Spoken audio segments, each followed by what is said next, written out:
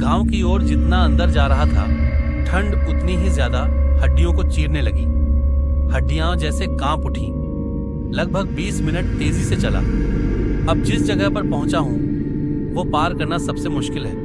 सड़क के दोनों ओर खाली मैदान और दूर दूर तक न तो कोई दुकान और न ही कोई घर। मुश्किल इस वजह से है कि इस सड़क पर सियारों का बड़ा आतंक है। रात के समय ये मैदान सियारों का राज बन जाता है। अगर किसी अकेले आदमी को घेर ले तो सियारों का झुंड उसे नोच नोच कर खा सकता है। इसलिए डरते डरते आगे बढ़ रहा था। तभी पीछे से एक सरसराहट की आवाज सुनाई दी। रुककर पीछे मुड़ा तो दूर से हेडलाइट की रोशनी आती दिखाई दी। एक रिक्शा इस तरफ आ रहा था। मन में थोड़ी राहत मिली। जैसे ही रिक्शा पास आया, वो अपने आप रुक गया। रिक्शा चलाने वाला मेरे ही गांव का लड़का था, रामू। हम उसे प्यार से रामू कहकर बुलाते थे। मुझे देखते ही रामू चिल्लाकर बोला, अरे घर जा रहा है? मैंने कहा, हाँ घर जा रहा हूँ। रामू बोला, चल बैठ जा, मैं भी घर जा रहा हूँ। मैंने कहा, बचाया रामू, नहीं तो आज सियारों का खाना बन जाता।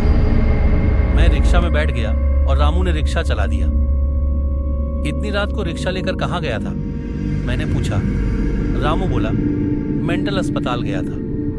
तभी मुझे याद आया कि उसकी पत्नी मल्लिका मेंटल अस्पताल में है। उसे एक अजीब मानसिक समस्या हो गई थी। मैंने पूछा, अब कैसी है तेरी पत्नी? रामू बोला, वही हाल है, कोई सुधार नहीं हुआ, बल्कि आज एक नई समस्या पैदा हो गई है, इसलिए मुझे फोन करके बुलाया था। 1 घंटे पहले वहां से लौट रहा हूं। तो उसे कब छोड़ा जाएगा, इसका कोई अंदाजा नहीं। रामू ने कहा, नहीं, इसका कुछ पता नहीं, इसी चिंता में हूं। मैंने पूछा, आखिर हुआ क्या था, बताओ तो। रामू बोला, सुन, ये बात आज से 1 साल पहले की है। फिर उसने मुझे एक भयानक और डरावनी कहानी सुनाई, जिसमें उसकी पत्नी के भूत प्रेत में रुचि से लेकर उसके पिशाचनी बनने तक का जिक्र था। उसने बताया कि कैसे उसकी पत्नी रात को अकेले सुनसान जगहों पर जाया करती थी और एक बार उसने उसे हजरतला नाम की खतरनाक जगह पर ले जाने की जिद की। वहां से लौटने के बाद मल्लिका के व्यवहार में बदलाव आ गया। रात के 12 बजे मल्लिका के अंदर एक पिशाचिनी का वास हो जाता था। वो मांस और खून की प्यास से बेकाबू हो जाती थी। घर के मवेशियों को मारकर खा जाती थी और जब मवेशी खत्म हो गए तो उसने खुद रामू पर हमला किया। इससे डरकर रामू ने उसे मेंटल अस्पताल में भर्ती करा दिया। लेकिन आज उसने बताया कि उसकी पत्नी वहां भी खून की प्यास में दीवारों से अपना सिर मार मार कर अपना ही खून चाटने लगी है। रामू ने कहा कि उसे किसी असली ओझा की तलाश है, क्योंकि डॉक्टर भी कोई समाधान नहीं निकाल पा रहे हैं। फिर उसने मुझे अपने किराए के घर में बुलाया, जो उसने उस पुराने घर को छोड़ने के बाद लिया था। वहां मुझे अजीब सी बदबू आई। उसने मुझे चाय पिलाई, लेकिन वो चाय खून की तरह स्वाद दे रही थी। मुझे तुरंत कुछ गलत होने का आभास हुआ। तभी मैंने घड़ी देखी, रात के 12 बज चुके थे।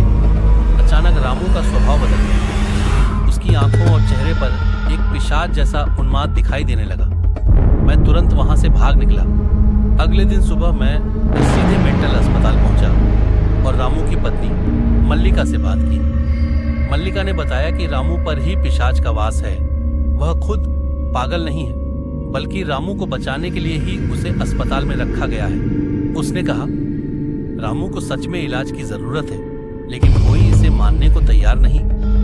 अंत में मल्लिका ने कहा कि इस पिशाच को भगाने के लिए देवी तारा की शरण लेनी पड़ेगी। उसने कुछ मंत्र भी बताए और मुझसे कहा कि इस बारे में किसी से बात